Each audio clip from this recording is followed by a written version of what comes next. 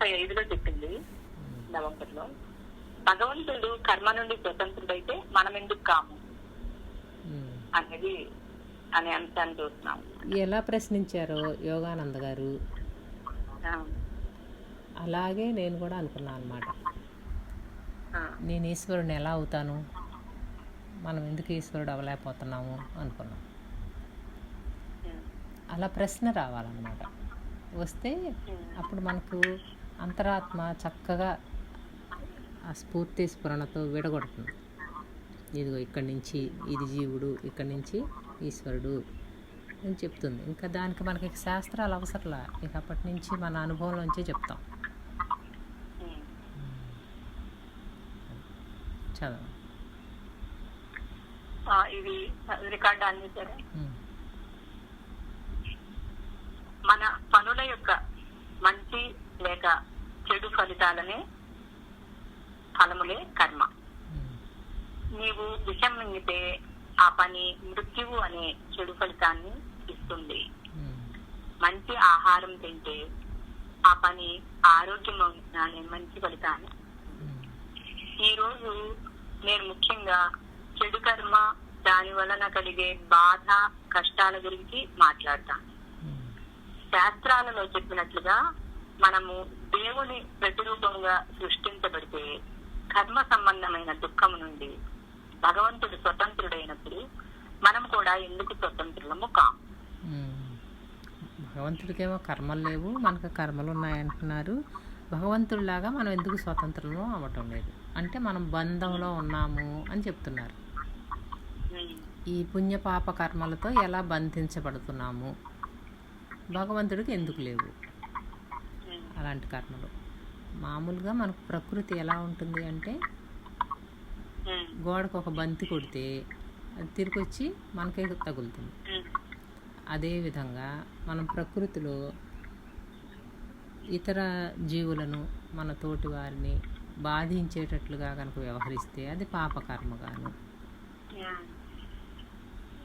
ఇతరుల ఆనందమే మన ఆనందంగా జీవిస్తే అది పుణ్యకర్మగాను ఏర్పడతాం. అది సృష్టి ధర్మం అన్నమాట. ప్రకృతికి ఏది ఇస్తే తిరిగి అది ఇస్తుంది మళ్ళీ. ప్రతి దాంట్లోని ఇలా నేచర్ లా అంటారు దీన్ని. నేచర్ లా పనిచేస్తుంది. మనకి ఇవ్వటం అలవాటు అయిపోయింది అనుకోండి, ప్రకృతి ఏం చేస్తుందంటే ఇవ్వడానికి మనకు మళ్ళీ కావాలి కదా, ధనధాన్యాలు ఇవన్నీ, దాన ధర్మాలు చేయటం అలవాటైంది. అప్పుడు ప్రకృతి ఏం చేస్తుందంటే మనకు అన్నీ ఇస్తూ ఉంటుంది అన్నమాట. అంటే మన లోపల అందరికీ ఇవ్వాలి అనే తాపత్రయం తీవ్రంగా ఉండి నాకు లేకపోయినా పర్వాలేదు అనే విధంగా మనం ఇతరుల క్షేమం కోసమే త్యాగం చేస్తున్నాం అనుకోండి, ప్రకృతి నుండి మనకి ఇవ్వటానికి సరిపడా అందించబడుతూ ఉంటుంది అన్నమాట. నేచర్లా అది. అలా కాకుండా మనం లోభత్వంతో ఉన్నాం అనుకోండి, మన దగ్గర చాలా ఐశ్వర్యం ఉండొచ్చు, కానీ మన అవసరానికి ఏది వినియోగించుకోవటానికి పనికిరాదు. ఉన్నప్పటికీ కూడా అది నేచర్లా అలా ఉంటుంది. మనకు తిరిగి మళ్ళీ అందించబడదు అనమాట మనం ఎవరికి ఇవ్వకపోతే. అందుకని ఏదైనా మనకు ఒక పాపకర్మ ఏదన్నా వచ్చిందనుకోండి, అప్పుడు ఈశ్వరుడు వీడు ఎప్పుడన్నా ఏదన్నా చేశాడా అని చూస్తాడంట. చూసి అప్పుడు దానికి సంబంధించిన సహాయం అందించబడుతుంది అన్నమాట. ఎలా ఉంటుందంటే ఇది ప్రారబ్ధాన్ని మాత్రం ఎవరూ తప్పించుకోలేరు, అది అనుభవించి తీరవలసిందే. కానీ సుకృతం అనేది ఉంటే సమయానికి సహాయం అందించబడుతుంది. అది ఆ దుఃఖాన్ని అనుభవించవలసిన తీవ్రత తగ్గుతుందన్నమాట. దీనికి ఏం చెప్తారు, ఒక వ్యక్తికి యాక్సిడెంట్ అవ్వాల్సింది ఉందనుకోండి, అతనికి యాక్సిడెంట్ అయ్యే సమయం ఎలా ఉంటుంది అంటే వెంటనే అతనికి సహాయం అందించబడే విధంగా అవుతుంది. పుణ్యం ఉంటే, అందరికీ సహాయం చేసిన నేచర్ అతనిలో ఉంటే అతనికి అందించబడుతుంది. అది ఎవరికి ఏ సహాయము చేయలేదనుకోండి, ఎవరూ లేని నిర్మానుష్యమైన ప్రదేశంలో దీనమైన హీనమైన స్థితిలో ఉంటాడనమాట. అది ప్రారంధం ఇద్దరికి ఒకటే, కానీ ఫలితం దగ్గరికి వచ్చేసరికి తేడా ఉంటుంది. ఈశ్వరుడు కాపాడుతాడు అంటే ఏంటంటే మనం ఈశ్వరుడికి చేసినప్పుడు ఆ సమయానికి ఆయన ఈశ్వరుడు బాధ్యత అవుతుందన్నమాట. ఇది ఎలా ఏర్పడుతుంది అంటే మనకు స్వామి యోగానంద గారు ఎప్పుడో చెప్పేశారు మొట్టమొదట్లోనే. ఇవన్నీ కూడా ఆకాశంలో రికార్డ్ అవుతాయి అని, శూన్యంలో రికార్డ్ అవుతాయి, తిరిగి మళ్ళా మనకి అందించబడతాయి. అదే గోడ కొట్టిన బంతి లాంటిది అని. ఇది గుర్తుపెట్టుకున్నాం అనుకోండి, తలపుల్లో కానీ మాటల్లో కానీ చేతల్లో కానీ ఇతరులను ఇబ్బంది పెట్టకుండా జీవించడం అభ్యాసం చేసుకుంటాం. అప్పుడు ఇతరుల్ని తిట్టుకోవటం అని తలపుల్లో ఇవన్నీ కూడా ఇతరులకి ఏం ప్రాబ్లం ఉండదు, దానివల్ల మనకే నష్టం అన్నమాట. అది వచ్చే జన్మ కూడా దాన్ని ఏమంటారు, నడిపిస్తుంది, ఫార్వర్డ్ చేస్తుంది. అది వచ్చే జన్మకు కూడా అది జన్మకు కారణం అవుతుంది అన్నమాట. అందుకే అకర్మలో కర్మ, కర్మలో అకర్మ రెండు చెప్తారు భగవద్గీతలో. కర్మ చేస్తూ అకర్మణ్యత్వం ఉండటం శ్రేష్టం. కర్మ చేయకుండా అకర్మణ్యం, అప్పుడు లోపల కర్మ జరిగిపోతూ ఉంటుంది తలుపుల్లో, శరీరం ఏమో చేయదు, అలా కూర్చుని ఉంటుంది. అది తిరిగి కర్మకు కారణమవుతుంది అన్నమాట. రెండవదేమో ప్రారంధం, కొత్త కర్మ ఏర్పడకుండా పాత కర్మ నశిస్తూ ఉంటుంది. మొదటిదేమో కర్మ చేయకపోయినప్పటికీ తలపుల్లో ఇతరుల గురించి ఆలోచించటం అవన్నీ చేస్తూ ఉంటే కొత్త కర్మ ఏర్పడుతూ ఉంటుంది. చూడటానికి ఏం పని చేయనట్లుగా ఉంటారు, కానీ లోపల కర్మచక్రం తిరిగిపోతుంది అన్నమాట. అందుకని కృష్ణ భగవానుడు అకర్మణ్యత్వాన్ని ఒప్పుకోలే. కర్మ చేస్తూ కర్మ నుండి విడుదల పొందడం నిష్కామ కర్మయోగం చెప్పారు. ఎలా విడుదల పొందుతాడు అంటే ఫలితాన్ని భగవంతుని మీద అర్పించమన్నాడు. చేసిన కర్మ యొక్క ఫలితాన్ని భగవదర్పితంగా జీవిస్తే ఇంకా చేసేవాడు ఈశ్వరుడే అవుతాడు. ఇక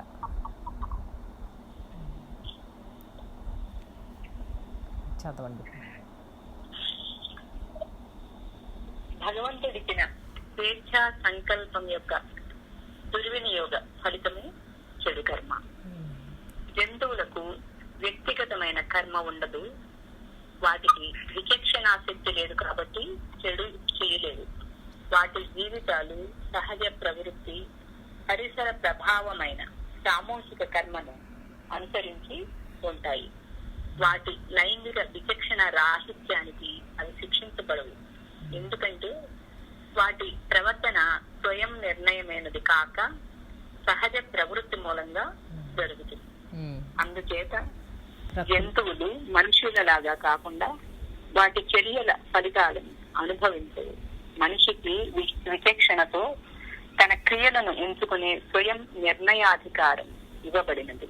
అందుచేత తాను చేసే పనులకు తానే బాధ్యుడవుతాడు. అంటే ఇక్కడ దీన్ని ఎలా మీరు గుర్తించగలుగుతారు? ఈ పరిణామాన్ని బుద్ధి వికాసాన్ని బట్టి మానవులకి ఈ పరిణామం కర్మ ఏర్పడటం అనేది ఎలా, జంతువులకి కర్మ ఏర్పడదు అని చెప్తున్నారు, మానవులకి ఏర్పడుతుంది. అక్కడ నేను చేస్తున్నాను అని చేయటం లేదుగా, జంతువులు వాటి సహజ ప్రవృత్తిగా చేస్తున్నాయి. ఇక్కడ మనిషిని ప్రతి నేను చేస్తున్నాను అని కర్త భోక్త భావంతో చేస్తున్నాడు. మరి వాటికి పుణ్యఫలం పాప పుణ్య కర్మలు లేవని కదా వాటికి అర్థం. జంతువులకి మానవులకి ఏర్పడుతున్నాయి. నేను చేస్తున్నాను అనేది లేదుగా అక్కడ. కాబట్టి మరి జంతువులకి ఈశ్వరుడు ఎలా సహాయం చేస్తున్నాడు, మానవులకి ఎలా సహాయం చేస్తున్నాడు? మరి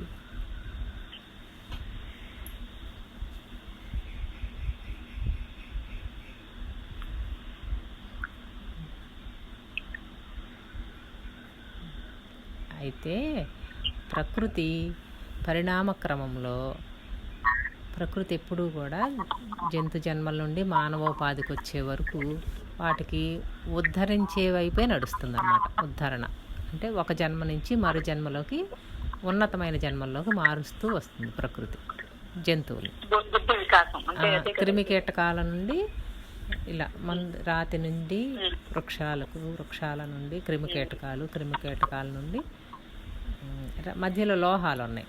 లోహాల నుండి వృక్షాల నుండి క్రిమి కీటకాల నుండి జంతు జన్మల నుండి మానవ జన్మకి, ఇలా మానవ జన్మ వరకు ప్రకృతి సహాయం చేసింది అనమాట. అంగజములు ఉద్భిజములు చెప్తారు. మానవ జన్మ వరకు ప్రకృతి సహాయం చేస్తోంది. అందుకని వాటికి పాపం లేదు, అంతా పుణ్యమే, ఉద్ధరణే వాటికి. ఉన్నతమైన దానికి ఆ శరీరం వదిలితే దానికంటే ఉన్నతమైనదే వస్తుంది, కానీ కిందకి వెళ్ళవు అవి తిరిగి. అలా పరిణామక్రమం మానవోపాధి వరకు ప్రకృతే సహాయం చేసింది అనమాట. మానవ జన్మకు వచ్చేసరికి బుద్ధి వికసించి ఇంకా అక్కడి నుంచి ప్రకృతి సహాయం ఎలా జరుగుతుంది అంటే ఈశ్వరేచ్ఛగా జీవించినప్పుడు జరుగుతుంది. కానీ నా ఇచ్ఛ అంటే స్వయిచ్ఛగా చేయటం మొదలుపెట్టాడు, ప్రకృతి సహాయం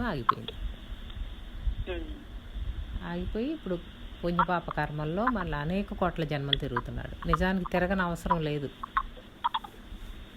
తిరిగి ఆత్మస్థితిలో భగవంతుని వైపు మార్గం నడుస్తుంది, కానీ లేట్ అయిపోతుంది అన్నమాట. ఇలా స్వార్థపూరిత అహంకారం అనేది వచ్చేసరికి పరిణామం లేట్ అవుతుంది మానవ జన్మలో. ఇది ఒక సైకిల్ కదా. తిరిగి సముద్రంలో నీరు కనుక ఆవిరై మేఘాలై మరలా తిరిగి నీరై ఎలా వస్తుందో ఒక సైకిల్ లాగా, అలాగే ఈ సృష్టి కూడా అంతే, సైకిల్, చక్రభ్రమణం. మన సృష్టి అంతా కూడా చక్రభ్రమణం. ఎక్కడ మొదలైందో అక్కడికి వెళ్ళి ఎండ్ అవుతుంది. ఇప్పుడు మనం ఎక్కడ మొదలైందో అక్కడికి ఎండ్ అవ్వాలి అంటే మన అహంకారనేనే అడ్డుపడుతుంది అన్నమాట. మనం వచ్చిన స్థానమేమో భగవత్ స్థితి, భగవంతుని స్థానం నుండి వచ్చాం, భగవంతుడే అయి ఉన్నాం. కానీ మానవ జన్మకు వచ్చి ఇంద్రియ వికాసం జరిగేసరికి ఈ ఇంద్రియ అనుభవాలనే విషయ అనుభవాలలో అవే ఆనందం అనుకుంటూ కొన్ని జన్మలు ఈ వాటి కొరకే కర్మ చేసుకుంటూ దానివల్ల ఏర్పడిన పాపపుణ్యాల వల్ల అనేక జన్మలు సంచితం పెరిగిపోతుంది అన్నమాట.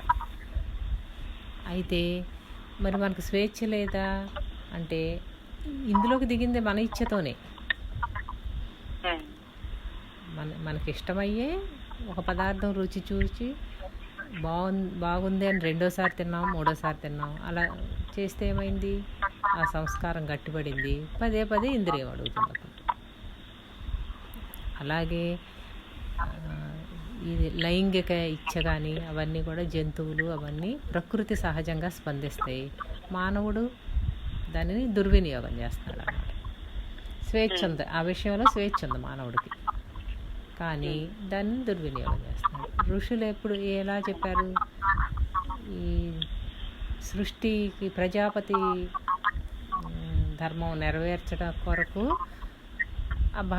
పిల్లలను కనేవారంట ఋషులు వాళ్ళు. ఇంకా తర్వాత స్నేహితుల్లాగా ఉండేవాళ్ళంట.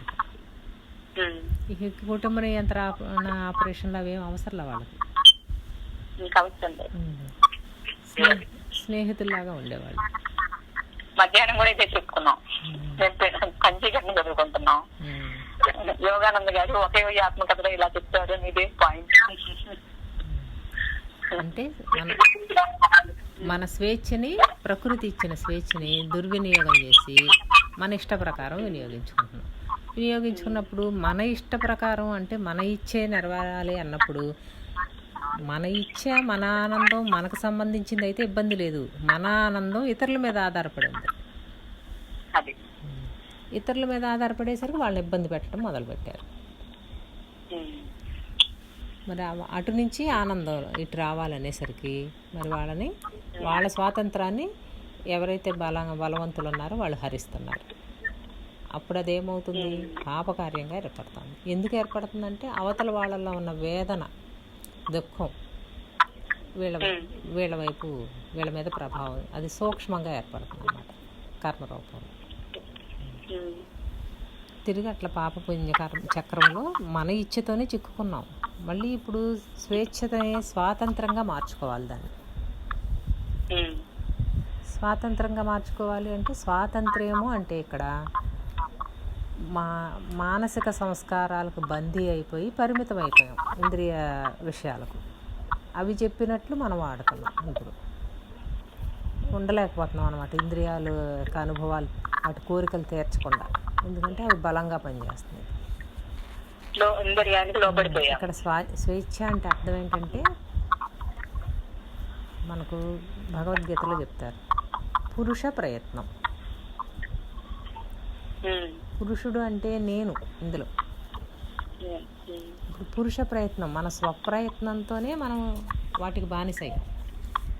అంటే సాలిగూడు గనక తన నుండి వచ్చిన దారంతో చొంగతో దారం గూడు అల్లుకుని దాంట్లో తానే ఎలా చిక్కిందో అలాగే మనం కూడా ఈ విషయ వ్యామోహాలలో మనమే ప్రయత్నించి వాటికి అలవాటు పడి అభ్యాసం చేసి ఆ అభ్యాసం గట్టిపడి సంస్కారమై తిరిగి అది మనల్నే ప్రేరేపిస్తుంది అన్నమాట.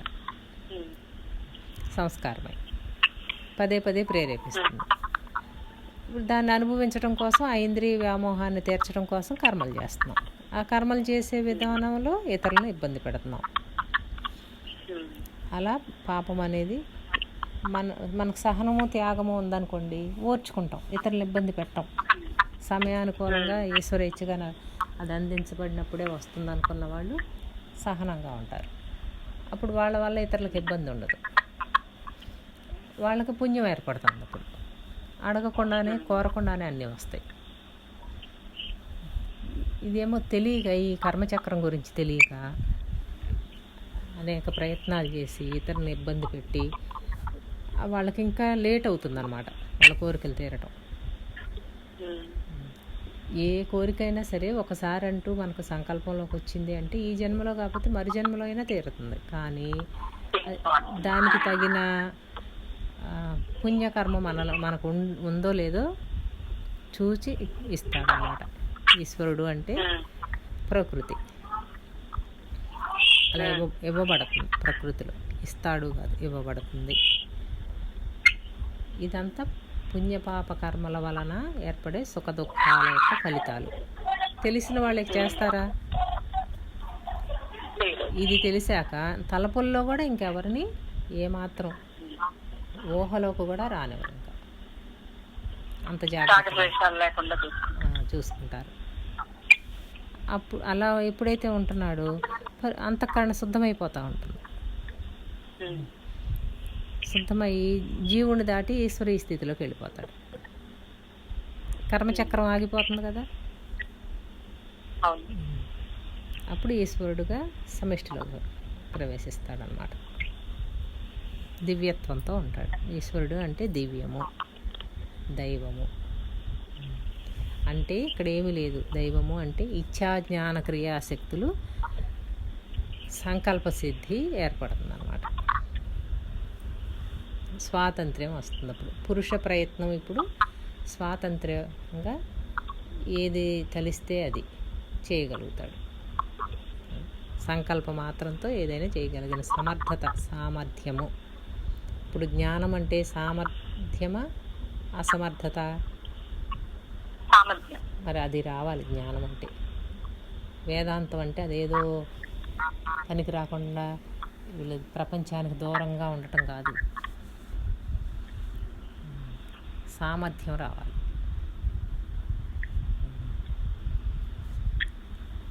చదవండి. అప్పుడు ఉదయించే ప్రశ్న, దేవుడు ధర్మఫలాల నుండి ఎల్లప్పుడూ స్వతంత్రుడు, మనం ఎందుకు కాదు? మనం ఈ విషయంలో లోతుగా విడితే మునుపెన్నడూ లేనంతగా అర్థం చేసుకోగలుగుతాం. భగవంతుణ్ణి శాశ్వతము, నిత్య చైతన్యము, నిత్య ఆనందముగా చెప్తారు. ఆ ప్రకారము ఆయన ఎన్నడూ బాధ అనేది అనుభవించలేదు. అటువంటప్పుడు మన కోసం బాధను ఎందుకు కల్పించాడు? అది వింతగా లేదా? నాకు దానికి సమాధానం తెలుసు. ఆయనతో ఇలా వాదిస్తాను, ప్రభు నీ లీలగా ప్రపంచాన్ని సృష్టించాలని అనుకున్నప్పుడు బాధను దానిలో ఒక భాగంగా ఎందుకు చేయవలసి వచ్చింది? నీకు ఏది ఆటగా ఉన్నదో అది మా పాలిట మృత్యువు. నీవు ఈ ప్రపంచాన్ని కలుపు మొక్కలు లేని అందమైన పూలతోను, బాధ, దుఃఖము, మరణము అనే కర్మ ఫలాలు లేని జీవితంతోను, మమ్మల్ని భయంకర యుద్ధాలలో ముంచే సామూహిక కర్మ లేకుండా ఎందుకు సృష్టించలేదు? ఎందుకు ప్రభు నీవు మాయ లేని లోకాన్ని సృష్టి చేయలేదు? ఆయన ఏమి చెప్పగలడు? మనం స్వతంత్రంగానే ఉన్నాము, కేవలం దానిని తెలుసుకోవటం లేదు. ఇప్పుడు చెప్పుకున్నది అదే కదా, మనకు సామర్థ్యం ఉంది, ఆ స్వాతంత్ర్యం ఉంది. ఆ స్వాతంత్ర్యాన్ని వినియోగించుకుని ఈ వలలో చిక్కుకున్నాం పురుష ప్రయత్నంతో. మన ఇచ్ఛతోనే. స్వాతంత్రం అంటే స్వేచ్ఛ, స్వ ఇచ్ఛ. మన ఇచ్ఛతోనే మనం దాంట్లో చిక్కుకున్నాం.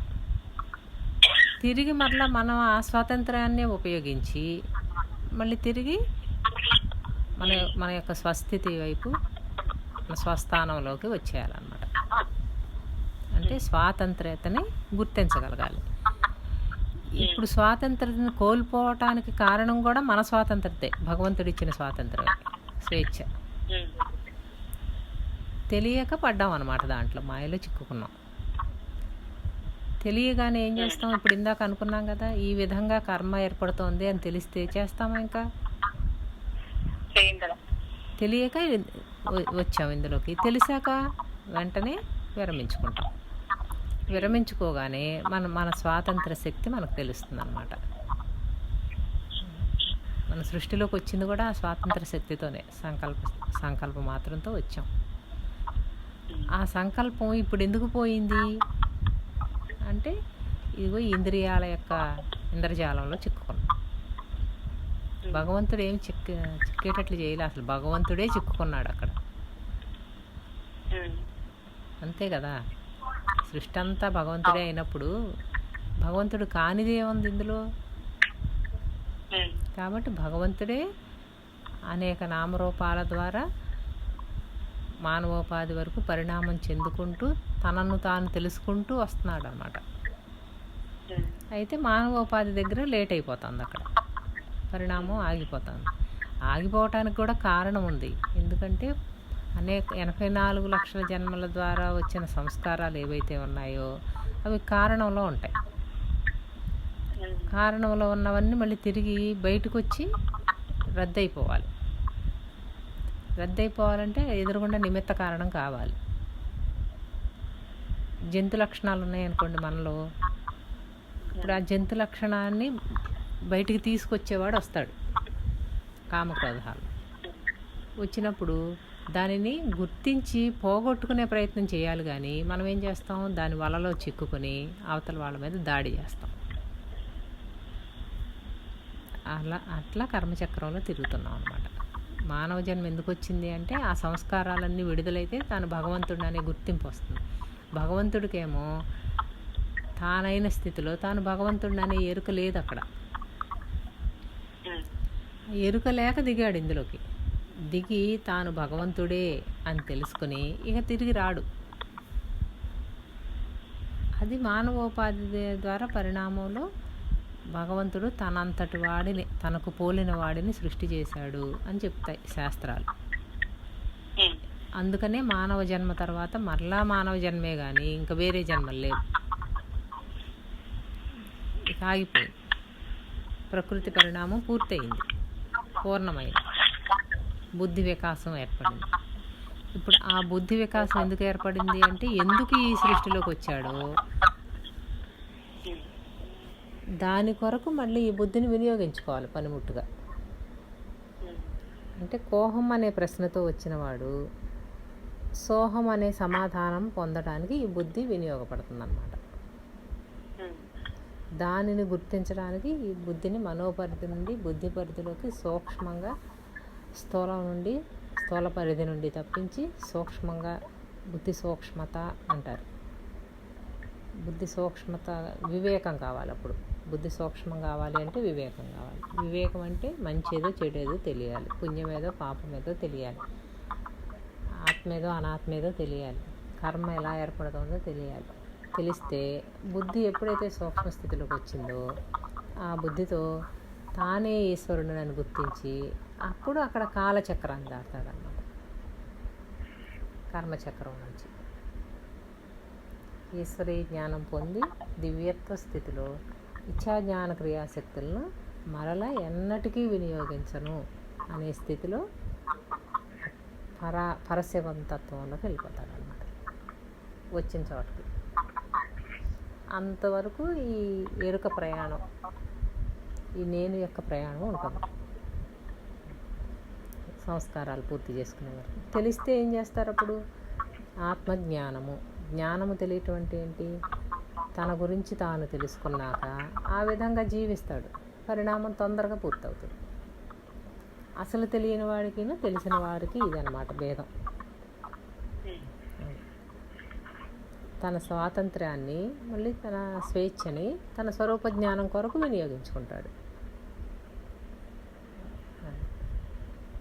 దీంట్లో నుంచి విడుదల ఎవరు విడుదల చేశారు? ఇప్పుడు ఏ భగవంతుడన్న విడుదల చేశారా? అందుకనే గురువునే భగవంతుడిగా చెప్తారనమాట. గురువు చెప్తేనే ఇదంతా సాధ్యమైంది కాబట్టి, స్వయంగా ఎవరికి వారు చేసుకోలేరు కాబట్టి గురువే భగవంతుడు.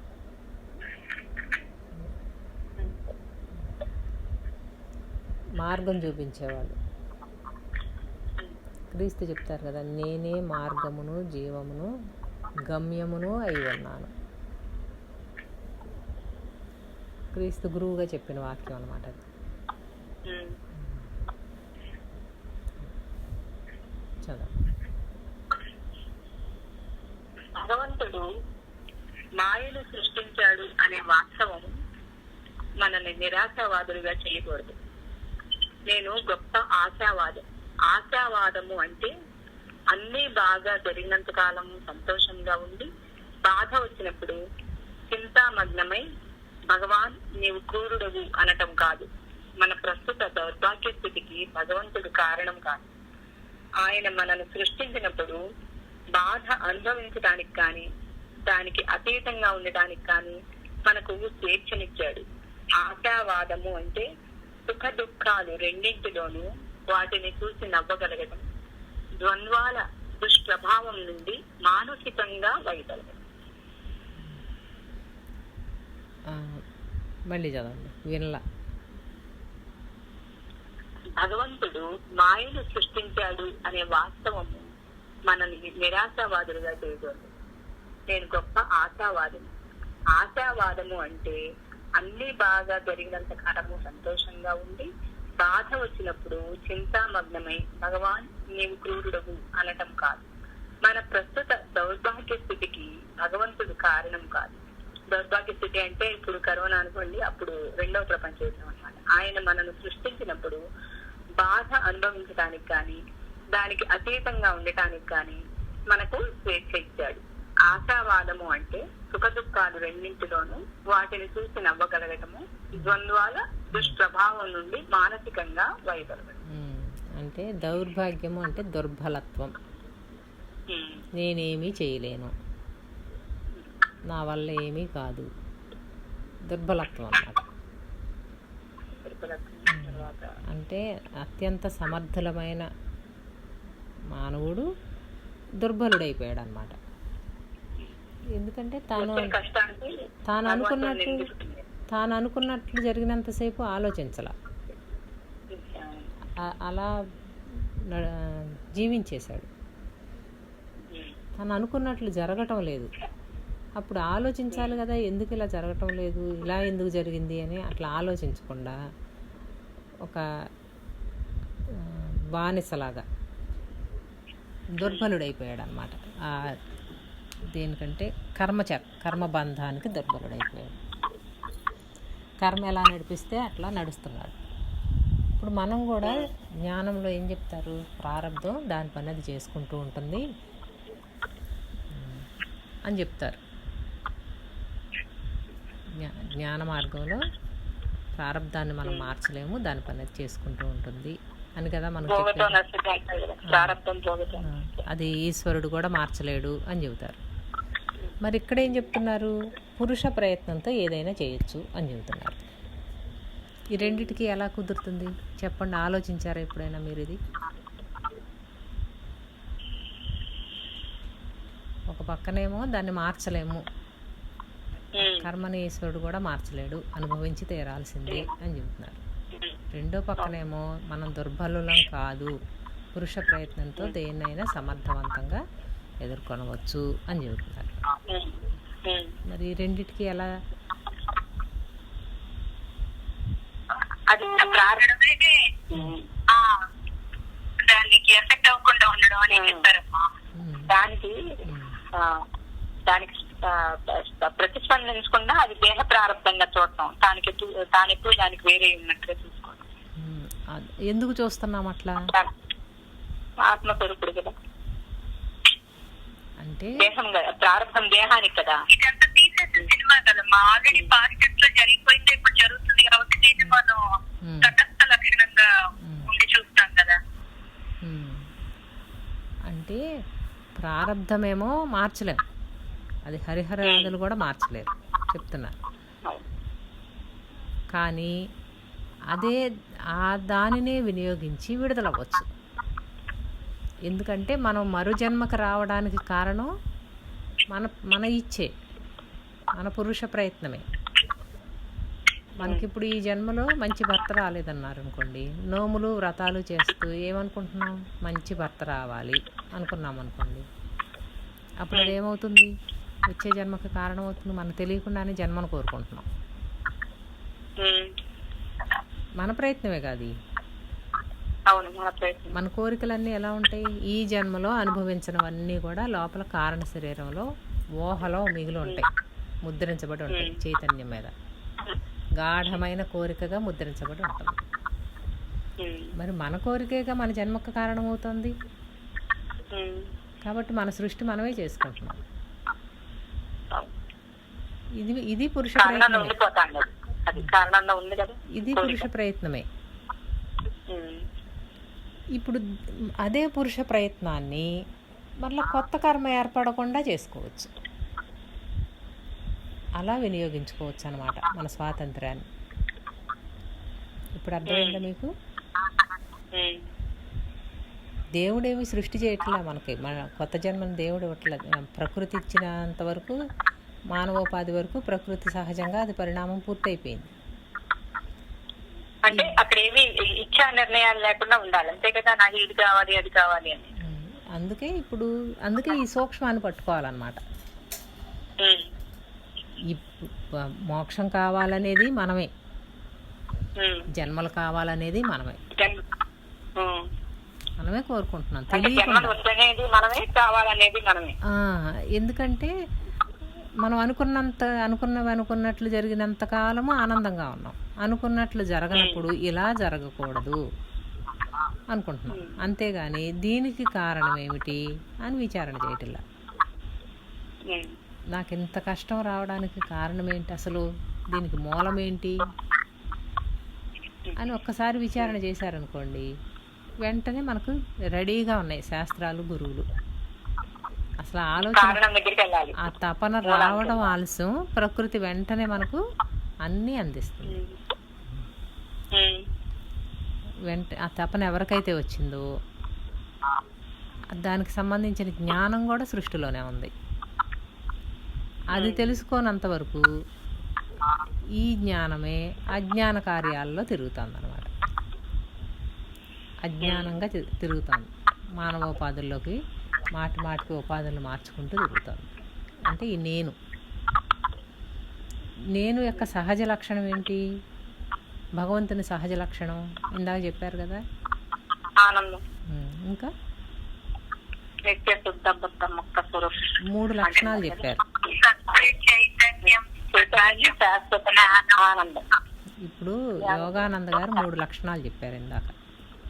అదే శాశ్వతము, నిత్య చైతన్యము, ఆనందం, నిత్య ఆనందం. అంటే శాశ్వతము అంటే సత్తు, అది మారదు ఇంకెప్పుడు. మార్పు చెందని శాశ్వతమైన స్థితి ఒకటి నేనుకుంది. అది బింబం, కదలదు అది ఎప్పుడు. నేనుకు రెండవ లక్షణం చైతన్యం, వ్యాపకం, అది నిత్య జీవం. మూడో లక్షణం ఆనందం, సహజంగానే అది నిత్య ఆనంద స్వరూపం. ఈ 3 లక్షణాలు భగవంతుని లక్షణాలు. ఆ భగవంతుని లక్షణాలను మనకు అన్వయం చేసుకుంటే అందులో ఒకటన్నా ఉందా? నిత్యానందం ఉందా? నిత్య జీవం అంటే ఏంటి చెప్పండి? నిత్య జీవం అంటే నిత్య చైతన్యం. అదే నిత్య చైతన్యం అన్నా అదే. నిత్య చైతన్యం, నిత్య చైతన్యం అమృతత్వం,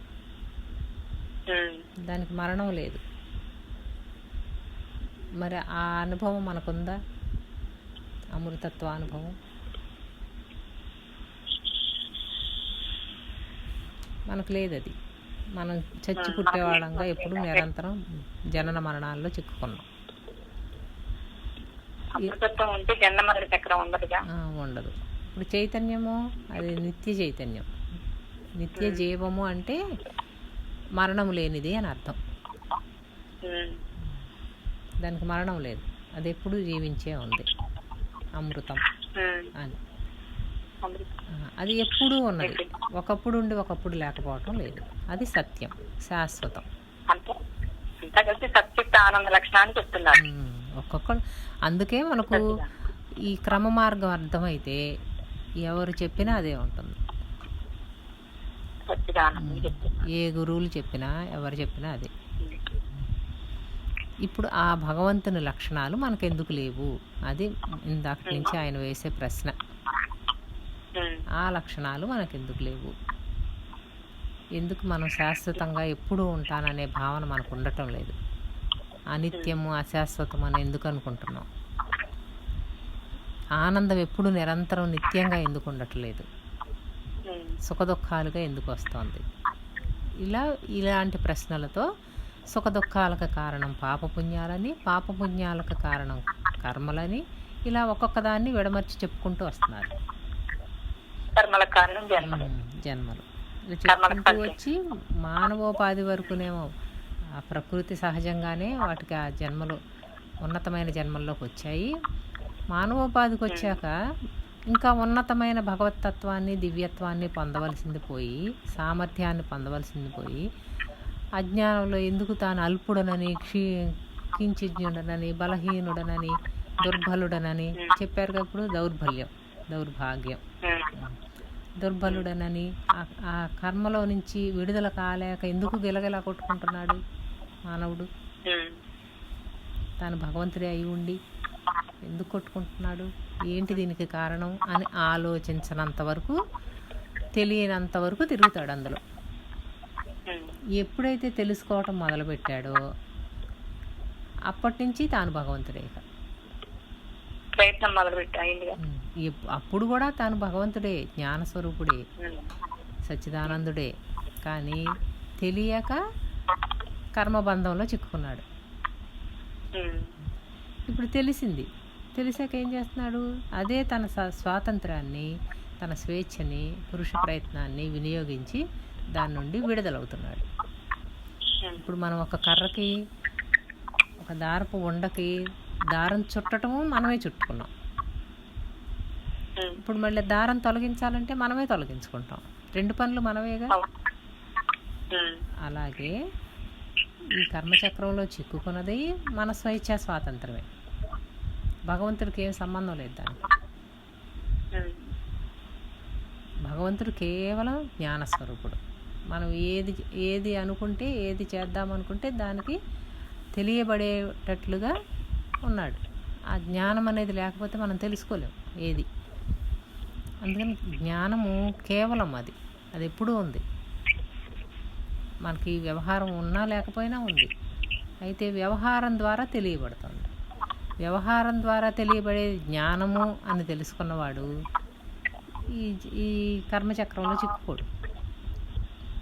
వ్యవహారానికి చిక్కుకున్నాడు, అప్పుడు అజ్ఞానం అవుతాడు. వ్యవహారమే తనదనుకుని దాంట్లో చిక్కుకున్నాడు. దాంట్లో చిక్కుకున్నాడు, అది అప్పుడు అజ్ఞానం. అజ్ఞానం అవుతాను. ఇది వ్యవహారము, దీనికి ఆధారము జ్ఞానము అని తెలిసింది. జ్ఞానమేమో కేవలము వ్యవహారం ఉన్నా లేకపోయినా, ఉపాధులు ఉన్నా లేకపోయినా అది ఎప్పుడూ ఉంటుంది. అది జ్ఞానం, అది సత్యం, నిత్యం. అది మారటం లేదు. దానిని గుర్తించలేక ఏం చేస్తున్నాం? ఉపాధులు ఎప్పుడైతే నిద్రలో చూడండి, మనం నిద్రలోకి వెళ్ళగానే ఏం చెప్తున్నాం? అక్కడేం లేదు, శూన్యం అంటున్నాం. అక్కడ ఏం లేవు అక్కడ. అప్పటి వరకు వ్యవహారం చేసిన మనోబుద్ధులు, దేహేంద్రియ మనోబుద్ధులు లేవు, విశ్రాంతి తీసుకుంటాం. ప్రకృతి శూన్యంగా ఉంది. అక్కడ ప్రకృతి శూన్యంగా ఉంటే నేను శూన్యం అంటున్నాడు, నాకేమీ తెలియట్లేదు అంటున్నాడు. అనేవాడు ఉన్నాడు కదా, నాకేం తెలియట్లేదు అనేవాడు ఎక్కడ పోయాడు? ఉన్నాడుగా. పైగా ఇంకేం చెప్తాడు? ఆ నిద్ర దుఃఖం అని చెప్తున్నాడా, హాయిగా ఉందని చెప్తున్నాడు. మరి హాయిని గుర్తిస్తున్నాడు కదా, ఉన్నాడుగా. మరి అక్కడ ఏమీ లేదంటాడేంటి? ఇదే అజ్ఞానం అన్నమాట. తానుండుటను గుర్తించకుండా ఈ శరీర సంబంధమైన వ్యవహారంతో కర్మలను చేసుకుని, అంటే ఆ వ్యవహారం నిరంతరం ఆలోచన ద్వారా క్రియలన్నీ చేసుకుంటూ మళ్ళీ తిరిగి ఆలోచన చక్రంతో మళ్ళీ దాని మీదే సంకల్ప వికల్పాలు చేసుకుంటూ అలసిపోయింది మనసు. అలసిపోయి అది విశ్రాంతి తీసుకుంటాను. ఈ నేను అనే పురుషుడు అదే నేను అనుకోవటం వల్ల తాను కూడా హాయిగా ఉన్నాను అనుకుంటున్నాడు. నిజానికి తానే హాయి, ఆనంద స్వరూపుడు. ఈ ఆనందం సాపేక్షంగా వచ్చింది.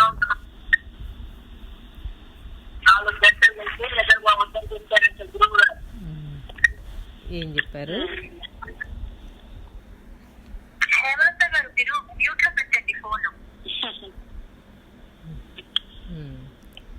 ఇప్పుడు తానే సచ్చిదానంద స్వరూపుడు. లేకుండా పోయినవన్నీ మనోబుద్ధీంద్రియాల యొక్క విషయాలు, విషయ వ్యవహారాలే కానీ తాను మారటంలా. కానీ అది గుర్తించలేక నేను శూన్యంగా ఉన్నాను, నాకు ఇక్కడ ఏమీ తెలియట్లేదు అని చెప్తున్నాడు. సాధన చేశాడు, అన్నీ తెలుసుకున్నాడు, నాకేం తెలియట్లేదు అంటున్నాడు.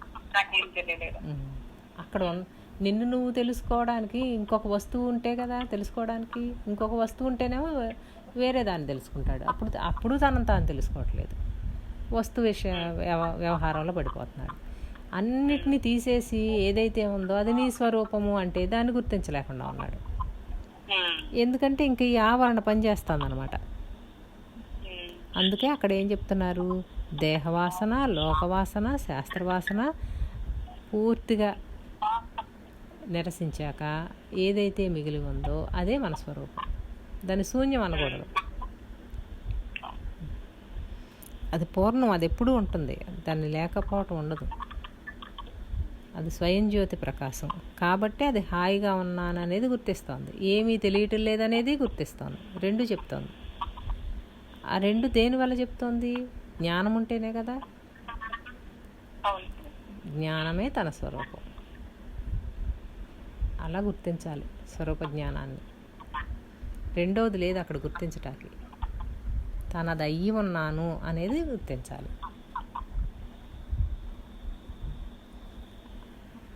చదవండి.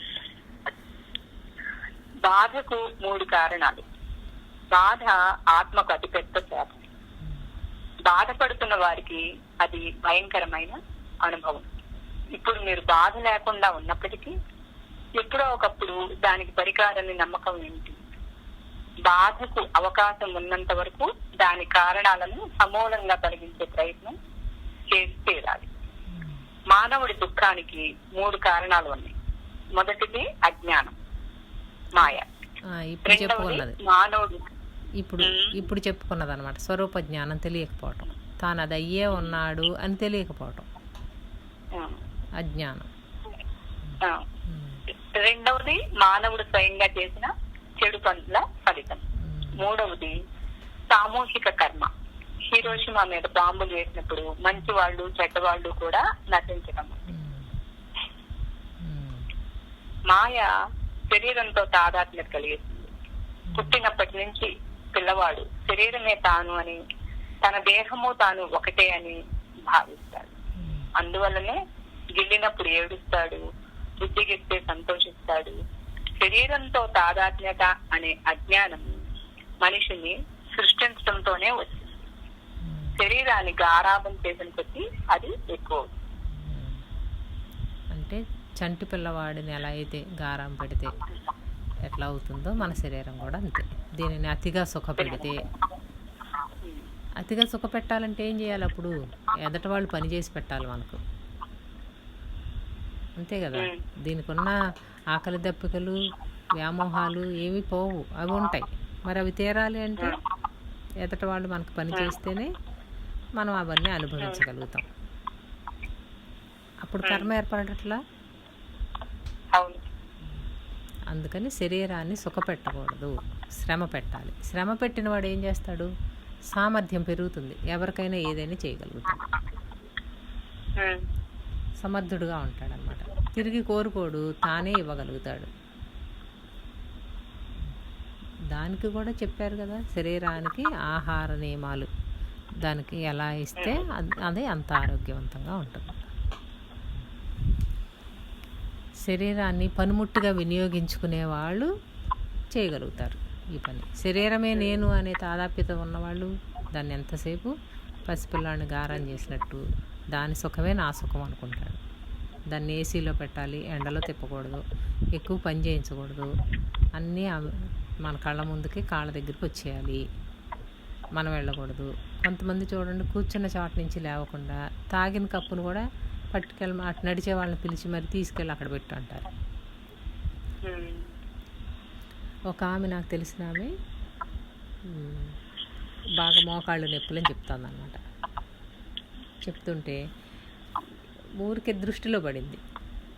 అందరూ మామూలుగా ఒక ఫంక్షన్కి వెళ్తే ఆ కప్పులు అవి తీసుకెళ్ళి వాళ్ళ పక్కన ఉన్నాయి కూడా తీసుకెళ్ళి అక్కడ పెడతా ఉంటే ఈ మాత్రం కూర్చుని తన కప్పుని ఎవరినో పిలిచి ఇస్తుందన్నమాట, తీసుకెళ్ళి అది అక్కడ పెట్టు అని.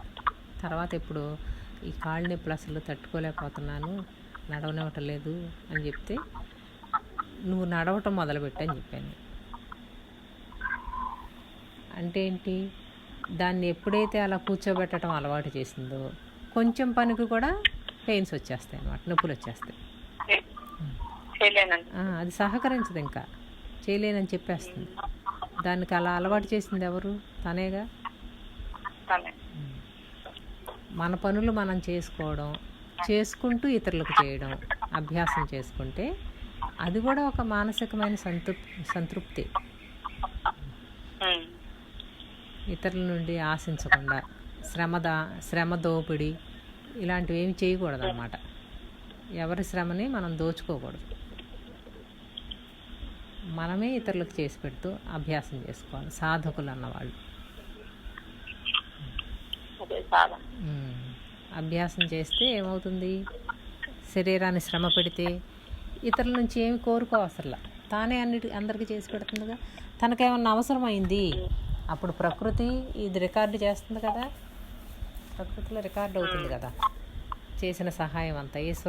ఈశ్వర సహాయంగా మళ్ళీ తిరిగి ఆ సమయానికి అది అందిస్తుంది. ఇక్కడ తెలుసుకోవాల్సిన కారణం ఏంటంటే, ప్రారంధం మాత్రం మారదు, కానీ సహాయం అందించబడుతుంది. అది బుద్ధి కర్మానుసారినే అంటున్నారు. అయితే బుద్ధి కర్మ ప్రకారం పనిచేస్తుంది కదా, ఇక ఏది జరగాలో అది జరుగుతుంది అని అలా ఊరక చూస్తాం మొదలుపెట్టామనుకోండి, అప్పుడు హాయిగా జరుగుతుందా అంతా అని ఒకళ్ళు ప్రశ్నిస్తే అలా ఏమీ ఉండదు. మనం పూర్వజన్మలో చేసుకున్న కర్మల ప్రకారమే బుద్ధి నిర్ణయిస్తుంది. ఆ సమయంలో మనకు దుఃఖపడాల్సిన అనుభవం ప్రారంభంలో ఉందనుకోండి, అలాంటి నిర్ణయాలే చేస్తుంది అది. ఎవరు ఎంతమంది చెప్పినా వినిపించుకోదు. ఇప్పుడు ఎవరు మెడిసిన్ చదవట్లేదమ్మా, చక్కగా ఎంపీసీ తీసుకో, హాయిగా 4 ఏళ్లలో నీకు జాబ్ వచ్చేస్తుంది, చక్కగా ఉంటావు అని చెప్తే ప్రారంభం ఏం చేస్తుంది? కాదు, నేను డాక్టరే చదువుతా అంటుందన్నమాట. విననివ్వదు అది. తీవ్రంగా బలంగా పనిచేస్తుంది ప్రారంభం. మరి బుద్ధి బుద్ధి బుద్ధి కర్మానుసారం కదా. ఇప్పుడు అది చదవటం వల్ల సుఖంగా ఉంటుందా దుఃఖంగా ఉంటుందా అనేది కర్మకు సంబంధం లేదు, అది జడం. మళ్ళీ ఆ తర్వాత దాన్ని అనుభవాన్ని పొందే కర్తలో ఉంటుంది అనమాట. అది ఆ ఫలితాన్ని తీసుకునే విధానాన్ని బట్టి ఉంటుంది కర్మ. సమర్థులు ఏం చేస్తారు? ప్రతి కర్మను తనకు అనుకూలంగా మార్చుకుంటాడు. జీవితంలో తట్టుకోలేని దుఃఖం, స్వామిగారు చెప్పినట్టు కొట్టబడటం వచ్చిందనుకోండి, వెంటనే మరల్చుకుంటాడు. దీనికి కారణం ఏంటి? దీని నుంచి ఎలా విడుదలవ్వాలి? ఎందుకు ఆలోచిస్తున్నాడు అంటే తను సహజంగానే ఆనంద స్వరూపుడు కాబట్టి ఆనందమే కోరుకుంటాడు, దుఃఖంలో ఉండాలని అనుకోడు. కొంచెం విచారణ చేస్తే వెంటనే మార్గాన్ని మార్చేసుకుంటాడు. కానీ విచారణ చేయటిల్లా, దుఃఖానికి కారణమైన నిమిత్త కారణం మీద పడుతున్నారు కానీ మూలానికి వెళ్ళట్లేదు. దానికి నిమిత్త కారణమైన వాళ్ళ మీద దోషం ఆపాదిస్తున్నారు. అది తన కర్మే అని గుర్తించడానికి జ్ఞానం కావాలిగా. అది వినరు, దాన్ని వినరు. వినకపోవటం వల్ల ఇందులో మళ్ళీ అలా దోషభూయిష్టమైన కర్మల్లో చిక్కుకుంటున్నారు. అది తెలిసిన వాళ్ళకి తెలియని వాళ్ళకి తేడా. అందుకని దీనికి కారణం ఏదని చెప్పారు? ఇప్పుడు శరీరాన్ని సుఖపెట్టడం, శరీర తాదాత్మ్యత వల్ల ఇది సుఖంగా ఉంటే నేను సుఖంగా ఉన్నాను. ఇప్పుడు నేను సుఖంగా ఉండాలంటే ఎంతమంది పని చేసి పెట్టాలి? దీనికి ఒక కప్పు కాఫీ తాగాలంటే ఎంత శ్రమ జరుగుతుంది, ఎంత శ్రమ, దోపిడీ. పంచదార తయారు చేసేవాళ్ళు ఎవరు? టీ కప్ తయారు చేసేవాళ్ళు ఎవరు? టీ పొడి తయారు చేసేవాళ్ళు ఎవరు? టీ పెట్టించేవాళ్ళు ఎవరు? పాలు రైతు ఆ పశువుల్ని మేపితే కానీ ఆ పాలు రావు. చూడండి ఎంతమంది పని చేస్తే మనం టీ తాగుతున్నాం. ఇప్పుడు అదంతా ఈశ్వరుడేగా. ఈశ్వరుడు ఎంత సహాయం చేస్తే మనం పాలు తాగుతున్నాం, టీ ఒక కప్పు టీ తాగుతున్నాం. మనంతటా మనం అన్నీ చేసుకోగలమా? ఈశ్వర సహాయం అందితేనే కదా. అప్పుడు మనం దాన్ని ఈశ్వరుడు అని చూడకుండా జగత్తును మనకు భోగ వస్తువుగా చూస్తున్నాం. దానివల్ల తిరిగి మళ్ళీ రిపీట్ అవుతుంది అన్నమాట. ఇంత సిద్ధాంతం చెప్పేశారుగా. ఏది ఆలోచిస్తే అది సంకల్పం అవుతుంది, ఆ సంకల్పం ఆకాశంలో రికార్డు అవుతుంది, తిరిగి అది మళ్ళీ మన ద్వారా వ్యక్తం అవుతుంది. మనం చేసిందే మనకు తిరిగి వస్తుంది. ఇది అర్థమైంది.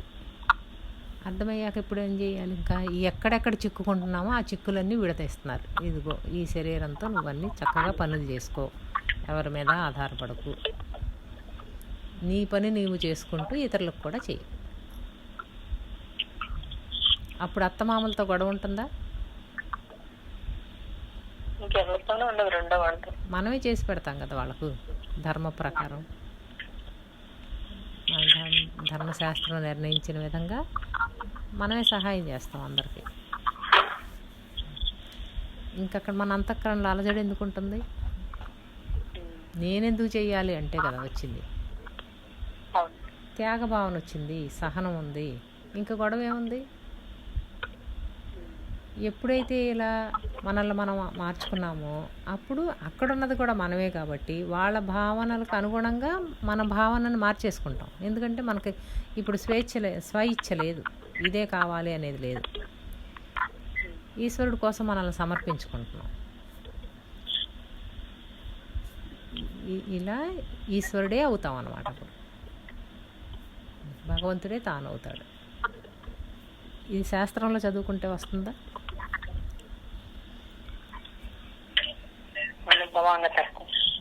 అది ఆచరిస్తేనే వస్తుంది.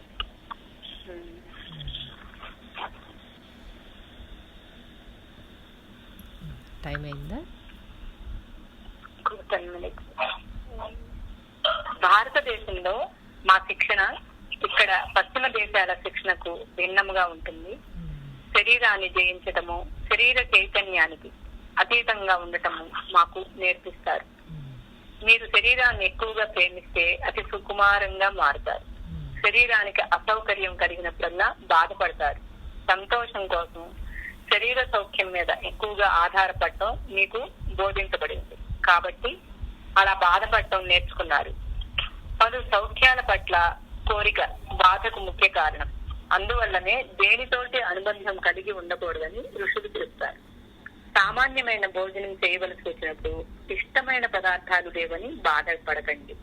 అవి లేనప్పుడు అసంతృప్తి, బాధ కలిగేటంతగా దేనిపైన మోహాన్ని పెంచుకోకండి. ఆయా దేశకాల పరిస్థితులను బట్టి బోధ చెప్తారనమాట.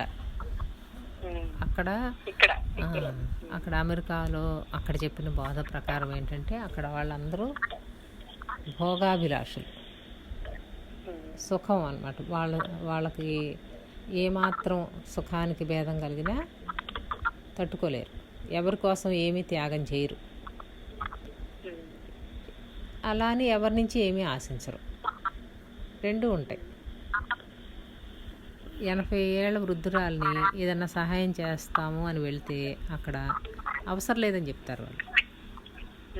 ఎందుకంటే మా పనులు మేమే చేసుకోవాలి అనే ట్రైనింగ్ వాళ్ళకి. ఎందుకంటే వీళ్ళు ఎవరికి ఏం చేసి పెట్టరు ఎట్లాగూ. అలా ముందే ట్రైనింగ్ ఇస్తారు కాబట్టి వాళ్ళ పనులు వాళ్ళే చేసుకునే పద్ధతిలో జీవన విధానం ఉంటుంది. అందుకని ఎవరి నుంచి ఏమీ ఆశించరు. ఇంకా అవసరమైతే వీళ్ళు ఉన్నాయి కదా ఆర్ఫనేజ్లు అవి ఉంటాయి కదా, వాలంటీర్ వర్క్ వెళ్ళి వాళ్ళు సేవలు చేసి వస్తూ ఉంటారు. కానీ వాళ్ళ ఇష్ట ప్రకారం వెళ్ళి చేసి వస్తారనమాట. అది అసహనమని, త్యాగమని, ఓర్పని మనకు భారతీయ సిద్ధాంతంలో చెప్పిన విధంగా అక్కడే ఉండదు. వాళ్ళ ఇచ్ఛతోనే వెళ్ళి చేసేస్తారు. మనకేం చెప్తారు? అందరికీ సహాయం చెయ్యి, దానివల్ల జరిగే మేలు అవన్నీ చెప్తారు. అక్కడ ఏది చేసినా వాళ్ళే ఇచ్చే, వాళ్ళకు గురువు కానీ అట్లా ఎవరు ఉండరు.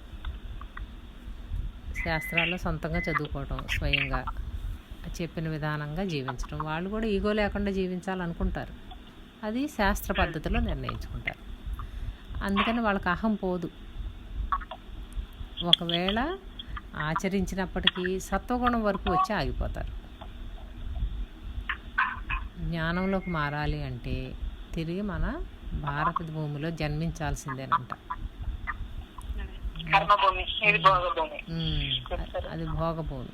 అందుకని అక్కడ పరిణామం ఎక్కడి వరకు? సత్వగుణం వరకు ఉంటుంది.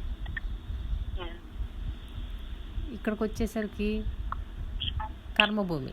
ఇప్పుడు సుఖపెట్టిన శరీరాన్ని కష్టపెట్టాలి. ఇక్కడ కష్టపెడితే కానీ తెలియదు లోపల ఉన్న వికారాలన్నీ ఏంటో.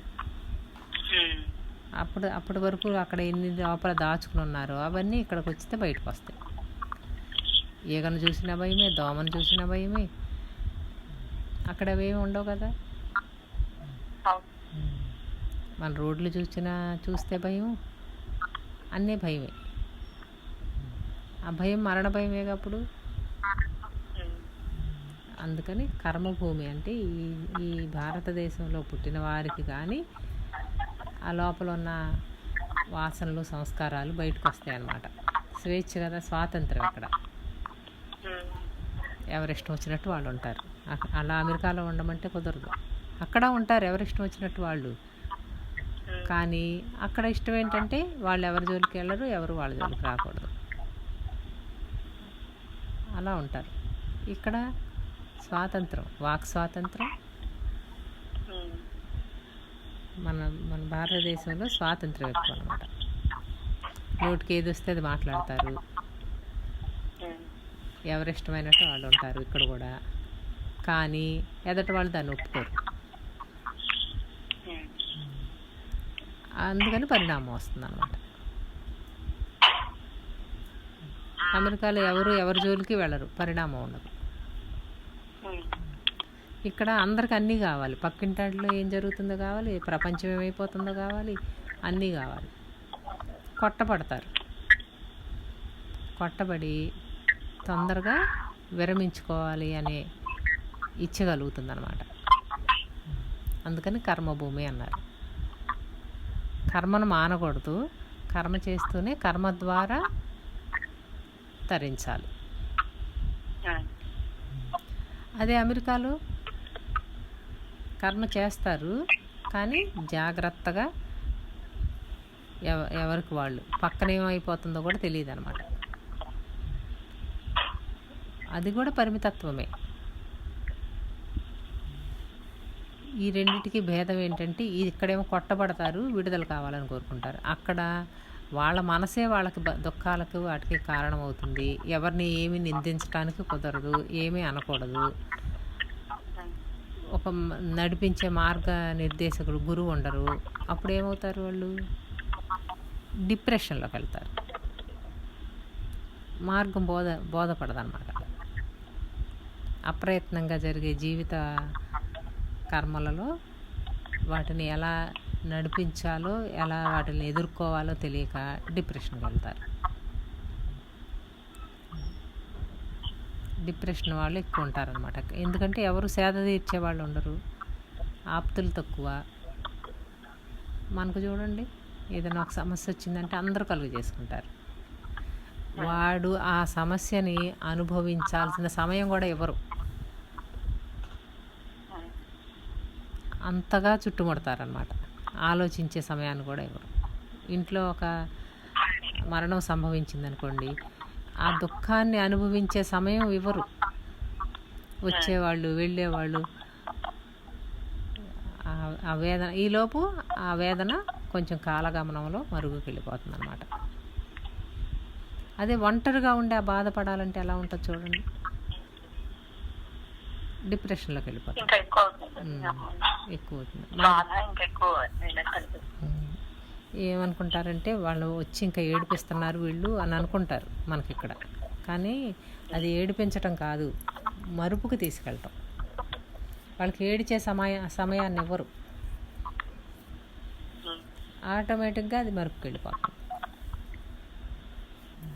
తీవ్ర దుఃఖం నుండి కాపాడిన వాళ్ళు అవుతారనమాట. ఎంత దుఃఖం వచ్చినా ఒంటరిగా ఉండి గదిలో పడి ఏడవనివ్వరు. వాళ్ళు వచ్చారు లేవమంటారు, వీళ్ళు వచ్చారు లేవమంటారు. అలా జనజీవన స్రవంతిలో నిరంతరం ఉండేసరికి ఏమవుతుందంటే, ఆ సమయంలో పడవలసిన తీవ్రమైన దుఃఖం మరుపుకి వెళ్ళిపోతుంది. అది మనం గుర్తించను కూడా గుర్తించలేం. అదే ఒంటరిగా ఉంటే అంత కష్టంలో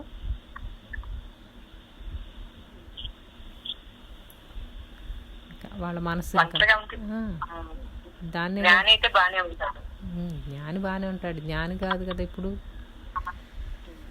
చెప్పేది. మనసు దగ్గర ఉన్నవాడైతే ఇంకా డిప్రెషన్ ఎక్కువ చేసుకుంటాడు. మానసిక వ్యాధిలోకి వెళ్ళిపోతుంది అన్నమాట. మనసుకు మనోవ్యాధి వస్తుంది. అందుకని అక్కడ ఉన్న వాళ్ళకి ఆ రకమైన పద్ధతులుగా బోధ చెప్పారన్నమాట. మనకైతే ఇక్కడ సాధకులకు కొంచెం సాధన గురువులు చెప్పే మార్గాలు కొంచెం కఠినంగా ఉన్నట్లు ఉంటాయి. వీటిని వాళ్ళని ఆచరించమంటే ఆచరించలేరు. మన సాధనా మార్గాలు అందుకే చెప్పారు కదా, ఋషులు భారత భూమిలో వేరేగా చెప్తారు అని. అక్కడైతేనేమో సుఖం భోగాభిలాషులు కాబట్టి వారికి తగినట్లుగా సాధనలు చెప్తున్నారు. దేశకాల పరిస్థితులను బట్టి సాధన చెప్తారు గురువులు. మనం తట్టుకోగలం ఏదైనా, మన మైండ్లు స్ట్రాంగ్ మైండ్లు అన్నమాట. ఆ మైండ్లు వీక్ మైండ్లు, సున్నితమైన మైండ్లు, మనసులు అతి సున్నితంగా ఉంటారు. అందుకని వాళ్ళకి తగినట్లుగా బోధ చెప్తున్నారు.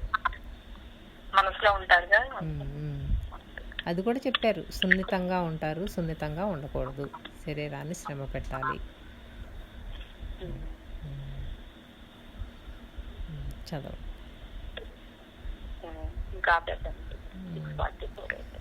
ఏం నేర్చుకున్నాం ఇందులో ఈరోజు మనం?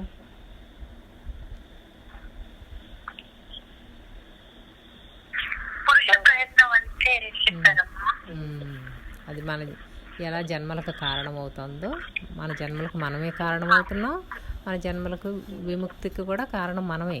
మళ్ళీ పురుష ప్రయత్నాన్ని ఇటు తిప్పుతున్నాం. అది కాకపోతే మన జన్మలకు మనం కారణమైనప్పుడేమో ప్రకృతి సహాయం తీసుకుంటున్నాము, విడుదల కావడానికేమో గురు సహాయం తీసుకుంటున్నాం. అది విడుదలకేమో గురువు, జన్మలకేమో ప్రకృతి. అది